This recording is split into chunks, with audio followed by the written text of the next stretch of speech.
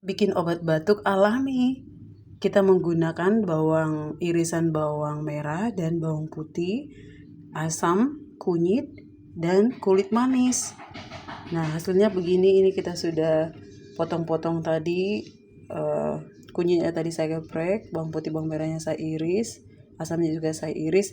Nanti nih kalau mau sedikit rasa manis boleh ditambahkan madu atau gula merah ya. Tapi kalau mau rasa alami begini aja boleh langsung diminum. Nah, jadi ini adalah obat batuk alami untuk kita ya.